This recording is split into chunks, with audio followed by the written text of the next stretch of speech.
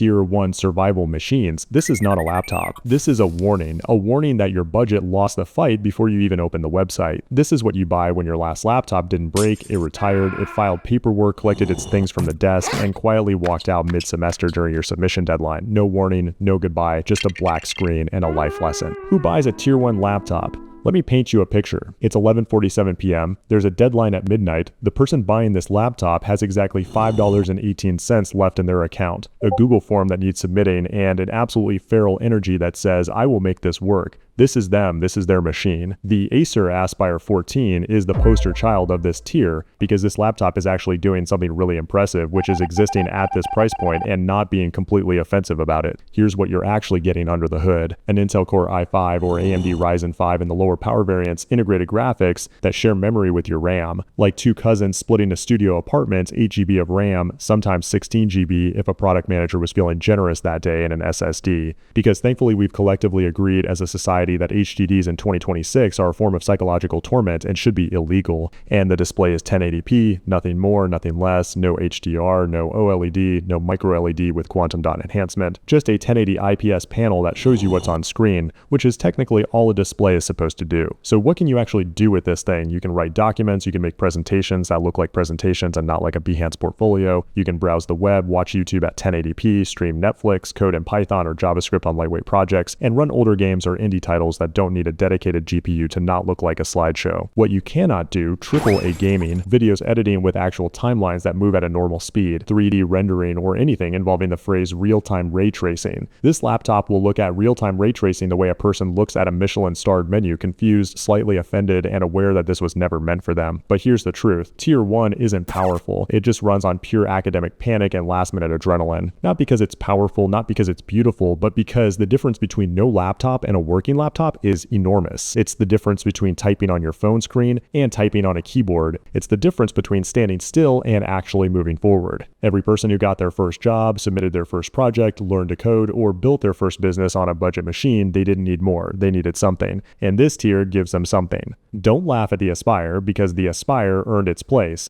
Tier 2 budget all-rounders. This is where dignity returns. Tier 2 is when your laptop stops apologizing for existing and starts showing up like it belongs there. This is also the tier where a fascinating evolutionary split happens. Laptops at this price point diverge into two completely different animals. They share a price tag and absolutely nothing else. Let's talk about the Animal 1, the Asus TUF gaming laptop. Now, let's be very clear about what this machine is. It's a gym bro in laptop form. It's thick, it has RGB, it has a cooling system, that means business. The chassis is plastic not because they couldn't afford better, but because plastic flexes under pressure and doesn't crack the way cheaper magnesium alloys sometimes do. So honestly, it's a design choice and not a compromise. The TUF lineup is named TUF because it's tough. That's literally the premise. And the RTX 5060 inside, that's NVIDIA's entry into the dedicated GPU tier, the moment where your laptop stops using the CPU's onboard graphics and brings out an actual graphics card that has its own VRAM, its own cooling, and its own personality. What does the RTX 5060 actually mean in practice? It means 1080p gaming at high settings, consistently, without the game engine filing a formal complaint at the end of every frame. Titles like Cyberpunk 2077, Elden Ring, Call of Duty, these run not at max settings with ray tracing cranked up, but at high settings at 1080p, which is genuinely enjoyable and not a compromise you'll notice when you're actually playing. The battery life, however, is a different story. When you're gaming, the RTX 5060 is drawing serious power, the display is running at its highest refresh rate, and the fans are spinning at full speed. You're looking at maybe 2 to 3 hours under load. The machine runs hot, not dangerously hot, but noticeably warm. This is a laptop that knows what it is. It is not a lifestyle device, it is a gaming device that occasionally lets you attend a Zoom call. Animal 2, the Asus ZenBook A14 with a Snapdragon X chip. Now this is a completely different philosophy. The ZenBook A14 weighs barely over a kilogram. The Snapdragon X processor is an ARM-based chip of the same architecture lineage as your phone, and it has been absolutely redesigned for laptop use. The result is a machine that delivers genuinely good CPU performance while drawing dramatically less power than x86 chips. The battery life on this thing is extraordinary. We're talking 12 to 15 hours of real-world use, not manufacturer estimates where they play a 120 pixel video at 10% brightness, but actual hours of doing work. The Snapdragon X also has a dedicated NPU neural processing unit built in. That's the AI chip, the thing that runs Copilot Plus and Microsoft features on Windows, handles on-device voice recognition, processes camera effects, and does background tasks that would otherwise eat into your CPU headroom. room. Is the NPU the reason you buy this laptop? No, but it's a sign that this chip is architecturally modern in ways that Intel and AMD are still catching up to.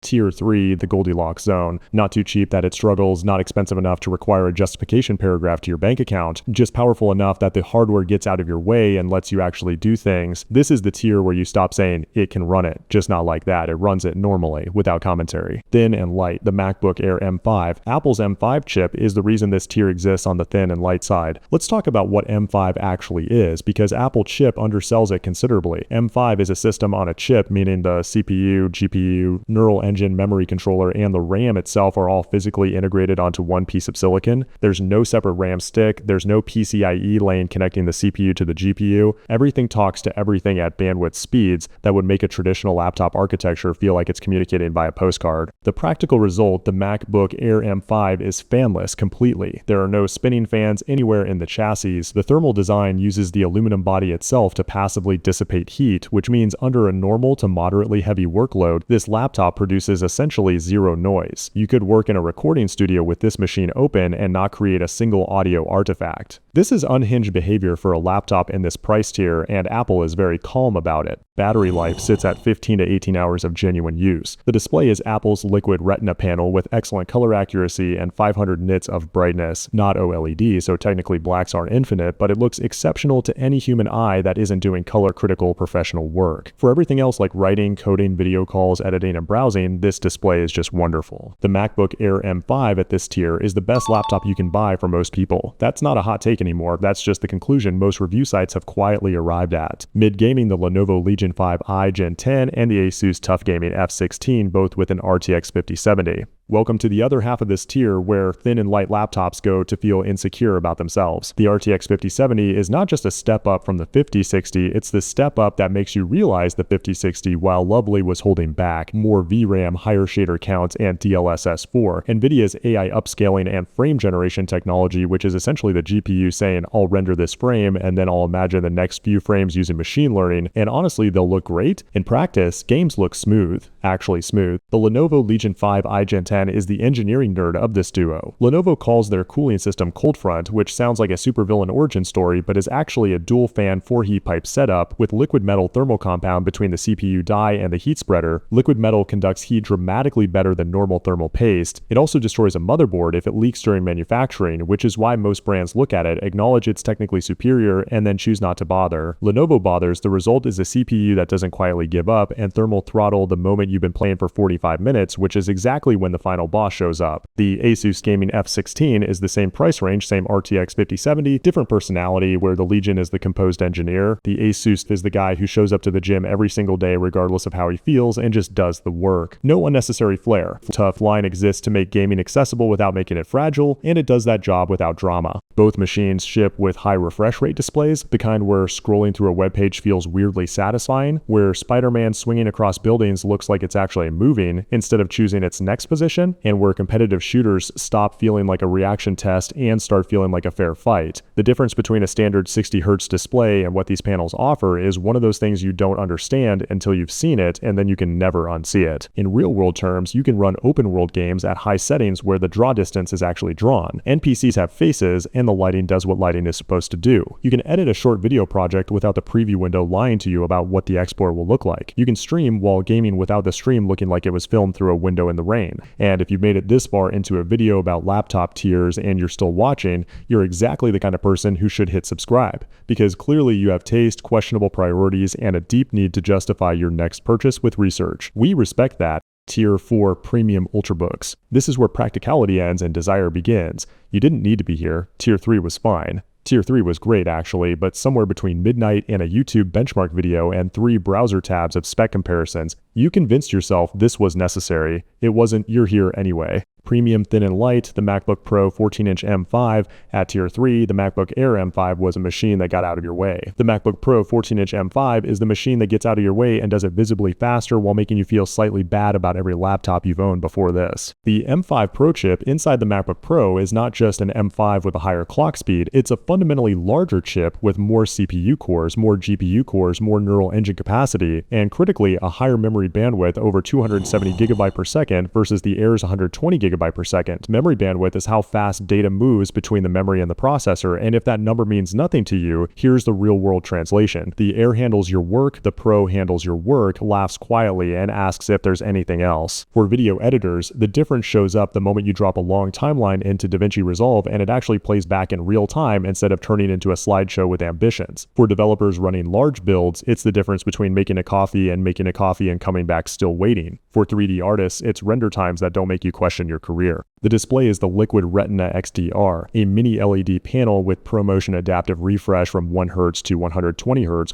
1000 nits sustained, 1600 nits peak HDR. The contrast is exceptional because mini LED uses thousands of independent backlight zones, so dark scenes in films look like actual darkness and not dark gray with commitment issues. It's one of the best laptop displays ever made, and Apple is very relaxed about this, which is somehow more annoying than if they bragged about it. The build quality is the other thing. Aluminum unibody machined from a single block with tolerances that feel satisfying in a way that is genuinely hard to put into words. You run your finger along the edge and it just feels considered. There's a reason people buy sleeves for this laptop, not because it needs protecting, because it feels wrong to let it touch anything that isn't also nice. Then gaming, the Asus ROG Zephyrus G16 with an RTX 5070 Ti. This machine is an engineering contradiction that somehow ships in a box. The ROG Zephyrus G16 is 18.9mm thin. To be clear about what that means, Asus took an RTX 5070 Ti, a GPU that in a normal gaming laptop would require a chassis thick enough to double as a doorstop, and squeezed it into something thinner than most people's phones with a case on. How? Vapor chamber cooling that spreads heat across a surface area larger than the GPU itself. Liquid metal thermal compound on the CPU, because Asus also bothers, and a custom fan blade design developed specifically for the Zephyrus lineup that moves more air at lower RPM, meaning it runs quieter than something this powerful has any right to. Yes, the thin chassis means the RTX 5070 Ti runs at a slightly lower power limit than it would in a thick laptop. Nvidia's maximum performance mode pushes it to 100 watts, which sounds like a compromise until you see what 100 watts of RTX 5070 Ti actually looks like on screen games running at high frame rates, smoothly on an OLED display where every dark scene looks like a cinematographer made a personal decision about it. The colors are deeply saturated, motion is imperceptibly smooth at 240 Hz. Fast-moving scenes have a clarity that LCD simply cannot replicate, which you will notice immediately and never stop noticing. The whole thing weighs around 1.9 kilograms. You can put it in a backpack, you can carry it to a cafe and open it and game or work, and people around you will assume you're a person who has their life together. This is the Zephyrus G16's secret feature, and it is not listed in any spec sheet.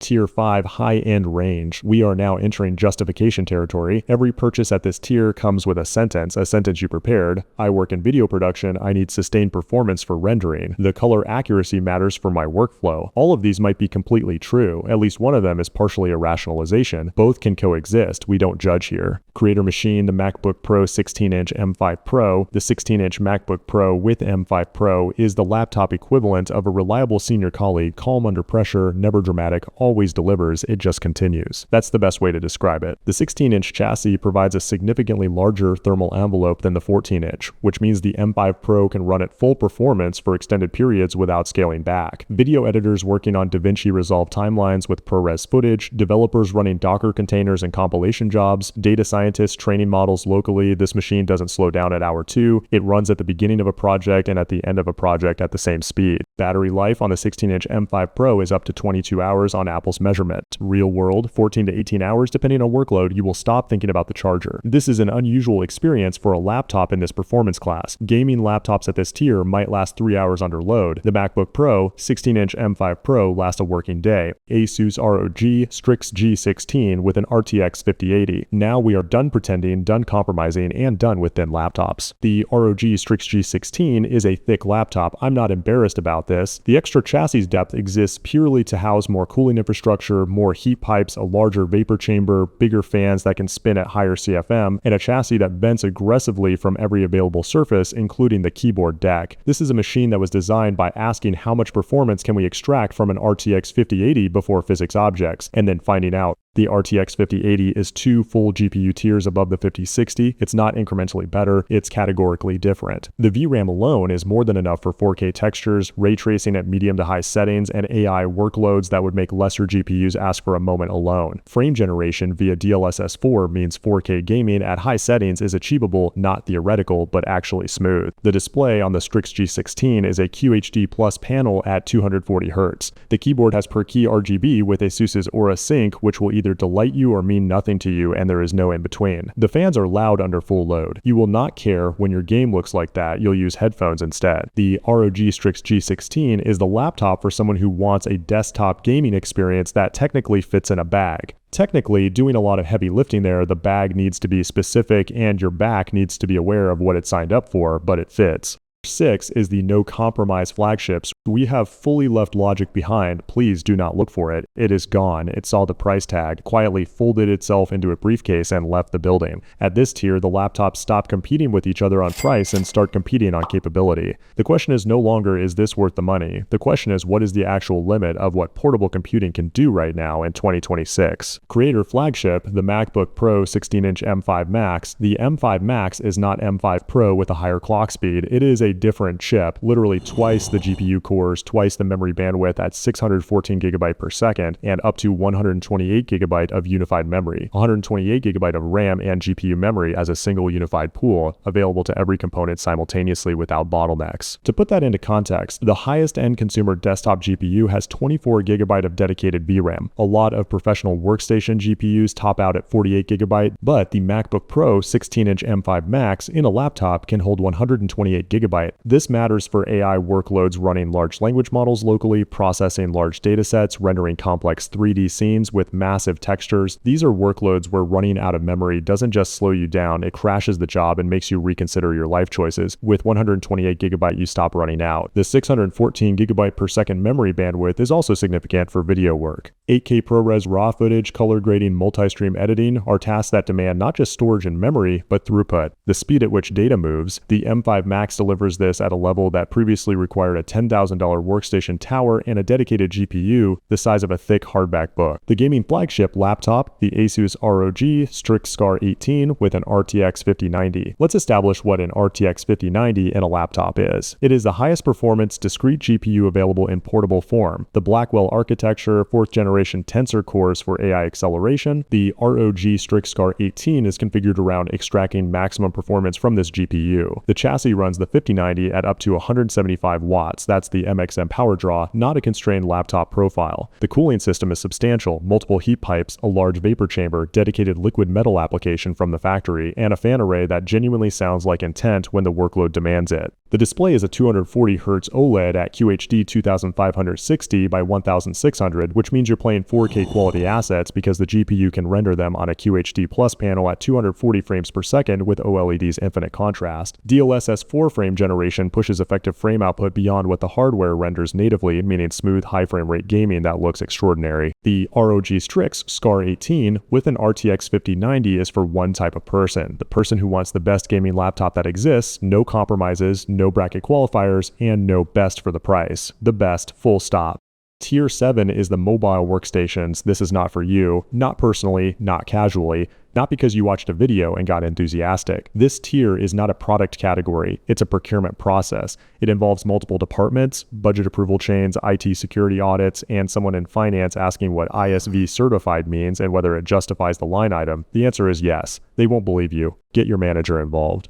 The Dell Pro Max 16 Plus and the Lenovo ThinkPad P16 Gen 3, these are not laptops you choose. These are laptops that get chosen for you by the requirements of the software, the liability of the project, and the quiet institutional judgment of an IT policy document written in 2019 that still governs your life. The Dell Pro Max 16 Plus in its maximum configuration is a government decision that has been formatted as a laptop. Let's go through what maximum configuration actually means here because it is genuinely escalating. The processor is an Intel Core Ultra 9285HX RTX 24 cores, 24 threads. 5.5 GHz, this is the same chip class that makes the Tier 5 MacBook Pro 16M5 Pro quietly clear its throat and look away. It consumes 55 watts at base just thinking about your workload, and that's more idle power draw than the Tier 1 Aspire produces at full speed doing actual work. The CPU is not the most dramatic part. The CPU is just the opening act. The GPU is the NVIDIA RTX Pro 5000 Blackwell with 24 GB of GDDR7 VRAM, not a consumer RTX 5090, not the gaming card that made Tier 6 feel like the end of the universe. A certified professional GPU, which means when SolidWorks misbehave on it, NVIDIA and Dell are contractually accountable on a consumer card. NVIDIA says, have you tried reinstalling the driver on the RTX Pro 5000? NVIDIA sends an engineer. The blame is fully allocatable, which in enterprise computing is genuinely worth more than raw benchmark numbers. Now, the RAM, the Tier 1 Acer Aspire ships with 8 GB. The Tier 3 MacBook Air M5, which we called exceptional and meant it runs 16 GB unified. The Tier 6 MacBook Pro 16M5 Max, the machine we described as having memory that previously required a workstation tower, maxes out at 128 GB, and we were visibly impressed by that number. The Dell Pro Max 16 Plus ships with up to 256 GB of CAM2 DDR5 at 7,200 megatransfers per second in a single flat module. The Tier 6 flagship is half of this. The entire Tier 1 through Tier 4 combined RAM across every laptop in those sections doesn't add up to this. CAM2 is a newer, flatter memory standard that delivers full dual-channel bandwidth from one slot, because apparently even the memory architecture at this tier refuses to be conventional. Dell looked at every other laptop on this list, doubled the best number they could find, and shipped it. Storage follows the same energy. The Tier 4 Zephyrus came with fast NVMe, and we were pleased. The Tier 6 machines had multiple SSD slots, and we called it overkill. The Dell Pro Max 16 Plus offers up to 4 terabytes on PCIe Gen 5 with self-encrypting drive technology. Because the data on this machine is not just valuable, it has an NDA attached to it, a second NDA attached to the first one, and legal counsel on speed dial. The drive encrypts itself, not because you asked, because the machine has decided your data deserves that level of paranoia, and it is correct. 2 Thunderbolt 5 at 80 gigabits per second each, that's double the bandwidth of the Thunderbolt 4 that made Tier 4 buyers feel premium and sophisticated. A 2.5 gigabits per second Ethernet port because Wi-Fi 7 is already on board, but some workflows demand a cable and refuse to apologize for it, and an optional Qualcomm 5G WWAN module because there are users of this laptop who need full workstation connectivity in a location where infrastructure is a generous description, and they do not consider this unusual. The whole machine weighs 3.25 kilograms and has a quick access door on the bottom for serviceability, because when 200 of these are deployed across an engineering firm and one needs its RAM replaced at 2 a.m. by an IT technician in the dark, it should not require a full teardown, a spudger, 7 YouTube tutorials, or a quiet moment of reflection. The Lenovo ThinkPad P16 Gen 3 pulls up alongside with the same Core Ultra 9285HX, the same professional GPU tier NVIDIA RTX 5000 Ada, and then add something that Dell doesn't lead with, up to 128 gigabytes of ECC DDR5. ECC error-correcting code memory, this is the feature that separates a very expensive laptop from a machine that institutions trust with things that matter. ECC detects and corrects single-bit memory errors in real time before they can become anything. Every laptop from Tier 1 through Tier 6, the Aspire, the Zephyrus, the MacBook Pro. Bitflip is a nuisance in all of them. You get a weird crash, you reboot, and you sigh. In a structural FEA simulation, a medical imaging pipeline, or a seismic modeling workflow that a drilling company is staking capital on. A bitflip is a lawsuit with a very specific number attached